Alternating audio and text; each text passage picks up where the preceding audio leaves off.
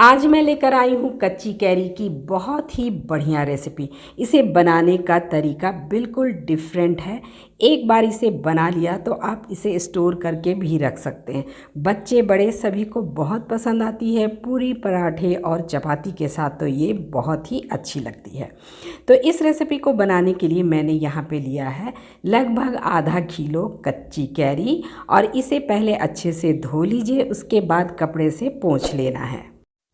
इसके छिलके को हटा देना है और जो सॉफ्ट वाली कैरी है उसे बीच से कट कर लीजिए। लेकिन जिसकी गुठलियाँ थोड़ी हार्ड हो गई हैं उसे किनारों से कट कर लेना है और उसे लंबाई में काटना है। देखिए इस तरह से मैं काट रही हूँ इसे और इसकी गुठलियों को हटा देना है। देखिए इतने बड़े टुकड़े आपको रखने हैं। तो यहाँ मैंने आधा किलो कच्चे आम लिए हैं। सारा मेज़रमेंट मैं उसी के हिसाब से बताऊंगी। अगर आप ज़्यादा बनाना चाहते हैं तो चीज़ों को बढ़ा सकते हैं। तो सारे आम को हमने काट कर तैयार कर लिया। चलिए देख लेते हैं इसे कैसे बनाते हैं।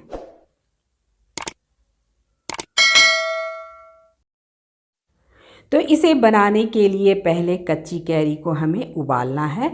तो मैं एक पैन में पानी डाल रही हूँ और सारा आम मैं उसमें डाल दूँगी। साथ ही हमें डालना है 2 दालचीनी के टुकड़े और 2 तेज पत्ता। उसके बाद नमक डालिए, थोड़ा सा हल्दी डालना है और इसे बस 2 मिनट के लिए हमें उबालना है। बहुत ज़्यादा नहीं उबालना है क्योंकि ये काफ़ी सॉफ्ट होते हैं। तो इसे बस थोड़ी देर के लिए हमें उबालना है। अब इसे निकाल लेंगे हम एक प्लेट में और ये जो पानी है इसे फेंकना नहीं है। इसका इस्तेमाल हम इसी रेसिपी में करेंगे या इसका एक बहुत बढ़िया शरबत बना सकते हैं आप इसमें चीनी, नमक, काली मिर्च पाउडर और चाट मसाला वगैरह डाल करके। चलिए अब क्या करना है, एक कढ़ाई में लेना है सरसों का तेल। इसमें डालेंगे आधा चम्मच जीरा, आधा चम्मच काली वाली सरसों या राई भी डाल सकते हैं। थोड़ा सा मेथी दाना डालना है और आधा चम्मच हमें डालना है सौंफ और आधा चम्मच कलौंजी। साथ ही हम इसमें डालेंगे थोड़ा सा हींग, लगभग 1 चुटकी। और अब ये जो पका हुआ आम था उसे हमें इसमें मिक्स करना है और हल्के हाथों से इसे बस 1 से 2 मिनट तक फ्राई करना है। चलिए अब इसमें हम कुछ मसाले ऐड करेंगे। तो यहाँ मैं डाल रही हूँ 1 चम्मच कश्मीरी लाल मिर्च पाउडर और आधा चम्मच तीखी वाली लाल मिर्च पाउडर।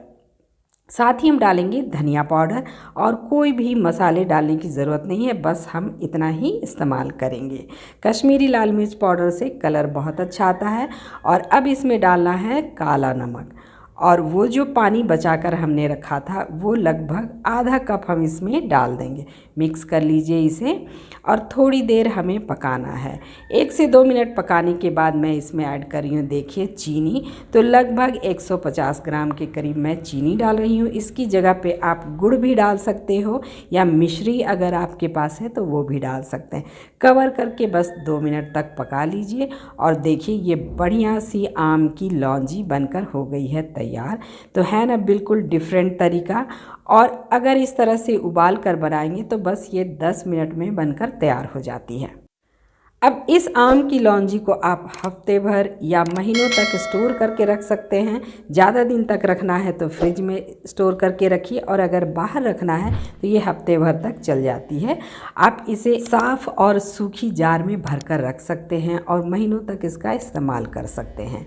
तो रेसिपी पसंद आया हो तो इसे लाइक कीजिएगा। साथ ही इस चैनल को सब्सक्राइब करके बेल आइकन को ज़रूर प्रेस करें लेटेस्ट अपडेट पाने के लिए। So thanks for watching, bye bye and take care.